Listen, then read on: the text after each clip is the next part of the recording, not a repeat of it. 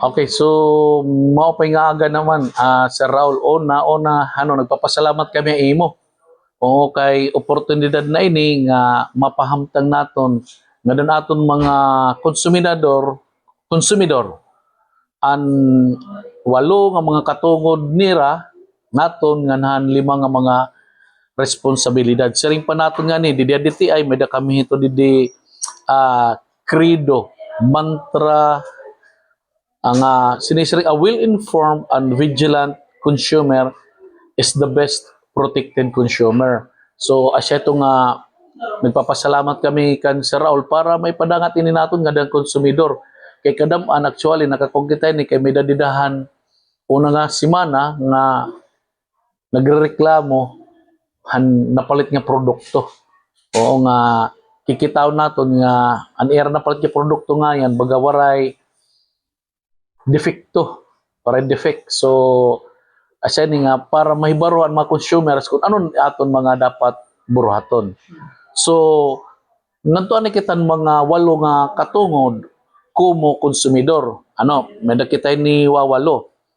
Una, katungod panguna nga panginahanglan So amoy ni ang balaod ang Republic Act 7581 ang Price Act of the Philippines amoy to gisiguro nga may ada kita available nga mga basic and prime commodities all the time ha merkado. Okay? So para ini nga sustenance it aton tawo kun wala ini nga mga produkto di kita mabubuhi. Magkakamatay kita ini. So in times of calamity, emergency, rebellion and other nga mga suga dito nga situation dapat available gihapon niya mga produkto. So amin to ini nga aton katungod gingagarantiya nga pagkabuhi kasadangan niya pagkaon pandugnit urokyan panlawas ngan panginmangno edukasyon ngan kalimpyuhan. Okay, so amon ton una nga katungod. Ani kaduha katungod seguridad. So asya an importante English pa siringin ini nga the right to safety. So ano man aton mga dapat buhaton? Una, so may da kita mga produkto nga gimpapalit naton nga sinisiring party diti ay may da kita sinisiring nga list of products under mandatory certification. So ibig sabihin ini nga mga produkto dapat may kwalidad. Okay? So paano man naton masisiguro na ini nga produkto may kwalidad? Una, may ICC or PS mark.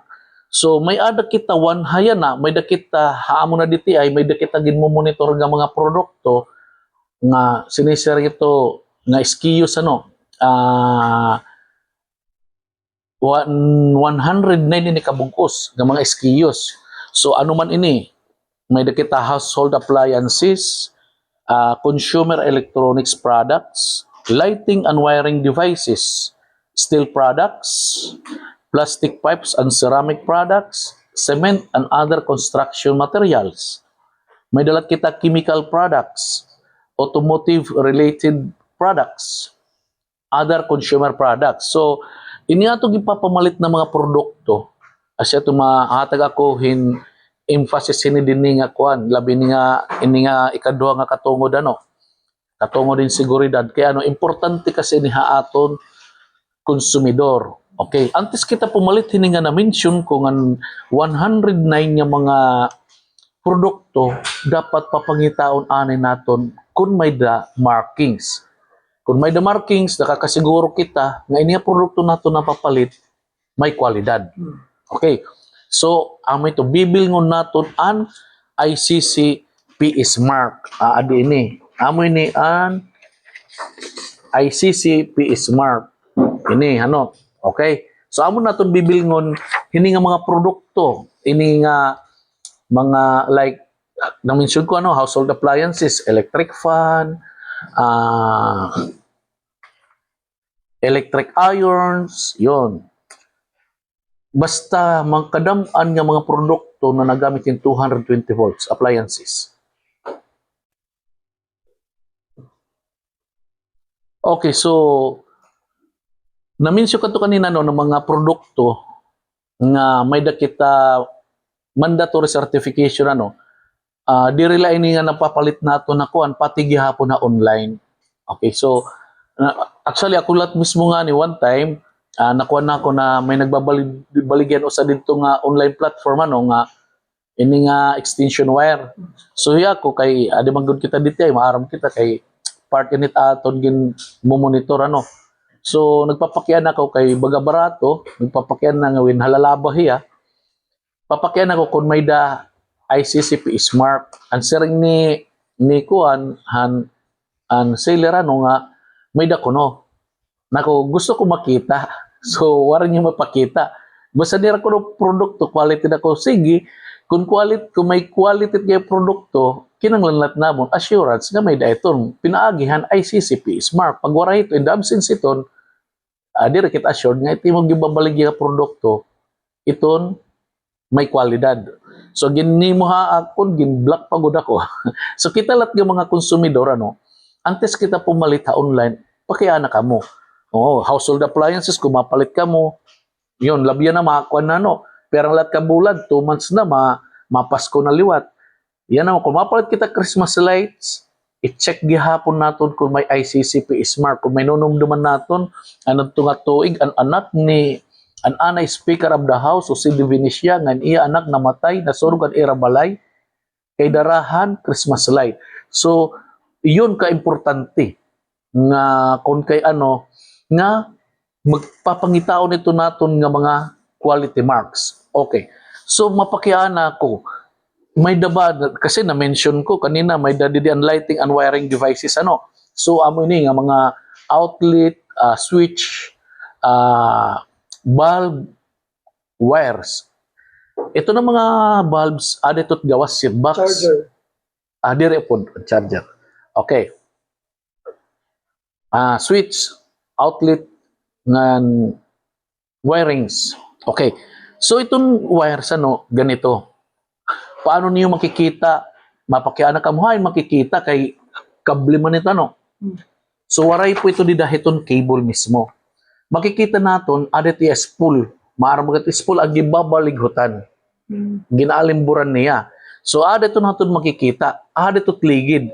So, before ka mo pumalit, sigunta, mapalit ka mo mga napulo ka metro nga PDX square or THH in nga stranded. So antes niyo ito pa ipakat, ipautod, kita aanay niyo an iya spulit ligid. Aada ito an ICCP Smart naton makikita. Pag warahiton, so ayaw ka mo palit. Kay pwedit aton balay masunog. Kay ito nga produkto substandard. Halimans term no. Hamo na dito tawag ito namon non-certified products. Ibig sabihin waray ito hiramag iwara ito subject for testing ito nga era produkto dito ha Bureau of Philippine Standard nga under itong DTI. So asat aton bibilgon ano pa masika mo kasi adidi upon didian construction materials and steel bar ano. So yan na paano naton madidetermine steel bars nga may ada markings, quality markings. So yan na itong steel bar, kabilya, may datiya markings naka-embossed itiya. So kung 12 mm niya, may nakasurat din nga number 12, 12 mismo. Kung number 16 niya, 16. Number 10, nakasurat 10. Okay? So, kada 1 meter ito, kada 1 metro, may dito ya dida markings nga, ada ito po dito iya, manufacturer kunino like Steel Asia basta damo ito hiran nga mga produkto manufacturers so naka-emboss ito sunod dito kung ano an iya size okay then sunod dito kung ano yang grade okay so dapat may ada to every 1 meter kada 1 metro may dito so in an length that is 6 meters no or 20 feet so may dayton niya 5 din nga markings. So pag wara hiton ayaw kamo palit hiton nga steel bars. Kay posible to substandard or non-certified products. Okay, so amin to steel bars, kabilya, dapat mamimili kita hand markings. By the way nga no, haton liwat, may dala kita sinisring namo rin dito ay PNS, Philippine National Standard naging pagawas, actually ito pa ini, na itaton steel bars iton may dala kita authorized na mga sizes or sukol Okay, matik ang 6 mm, 6 millimeters, 7, 8. Tapos diretso 10 millimeters, 12, 16 tipaigbaw. Waray po kita 9 millimeters sa tigamnan naton.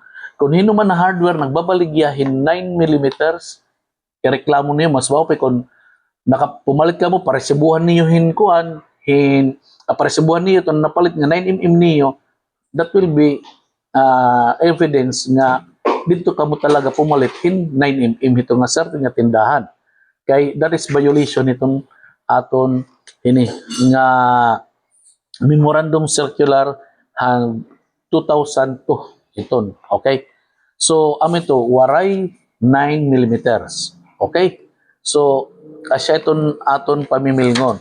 So balik kita ngayon nga tuhan ko nagpagawas ngayon kita para online may kita department order gipagawa sa opisina, department order number 2502 para hand guidelines on the registration of online sale of consumer products under mandatory certification. So ibig sabihin din ginre-require na yan na ito na mga nagtitinda online platform ini nga mga mandatory products nga magkinanglang mag-register heredity ay ang produkto ang ira igre-register. Oh, so may dalahera until gitagalan to hera pero ka days para mag-comply. So after that, mag-start na kami gyapon na monitoring online. Kung ini nga nagbabaligya nga mga merchant compliant hiton ini nga department order number 25-02. So every now and then magkukuha kami na ito. Magbabantay na gihapon na online. So magmo-monitor na kami ito. So by the way, aton mga under mandatory certification, so aman to household appliances ang mga nadisaksakan pero diri ni upod iton mga 12 volts. Di ba yan may kita mga bulbs nga nagamitin 12 volts diri ini covered po kung direkta ito tika nga battery han mga auto tapos diretso na ngadto iton light nga 12 volts lang diri po ni covered nga mandatory certification na aton laan mga nagamitin 220 volts. Ngadto kitahan ko upod ini din ang lingkuran ini nga mga monoblocks chair. Oo kay dito plastic pipes and ceramics kita gyapon naton upod dito dida mga PVC pipes, potable water. So kung mapalit kami ito nga blue nga kuan PVC, dapat may dito BPS blue, pati ito nga orange ang mga downspout dapat may dito mga sizes like ini nga 3 inches nga mga orange nga mga pipes, plastic pipes may dito. Simento nga yan by the way. Simento makikita naton ito ICC dila puro ito PS mark. By the way, ang ICC, pagkakaiba ICC nga ng PS mark? Ang ICC diri na ICC nga kanan International Criminal Court Magkaiba po yun, nga naton import commodity clearance. Ibig sabihin, ini nga produkto is imported. Oo, tikang iniha ibang nga nasyon, nga gin-import nga ni, gipasulod nga ni Pilipinas, ito nga may tatak na ICC sticker. Okay? PES, mostly locally produced. So, karang sigod, ginihimo din na Pilipinas. Pero, i-discuss ka ito yan, kay not all products na may ada PES mark, di rin na din nila Pilipinas. Dahil ito gihapon ibang abroad, pero may technical lang kita ito naging kikita dida. Pero sunod siguro, kung may dapat tayo may Sir Raul, pwede na lang natin ito i-discuss. So, yun, amot pagkakaiba, ICC nga nahan, PS mark. Nagtulad kita, di pa, labito ng mga motorista, no? May mga ah, exterior kita, no? Mga tires, bibilngon gihapon naton labiton nga mga kanang four wheels. May dag kita gihapon la mga kuan, mga sizes ang guma nga dapat bibilngan naton han ICC PS mark. So importante 'yun. Lighter, okay. 'Yun, brake fluid dapat may dahiton. Bisan puspuro dapat may ICC PS mark. 'Yun. LPG cylinder sano kikitaog gyapon naton antes kita pumalitin mo LPG pero mostly ito na aton mga monitoring so far din katbaluang kalbayo nga ato paglibot-libot ang mga hardwares nga na nagtitinda mga kumbaga compliant man. Okay? So, yun nato ng mga bibilngon ang mga produkto.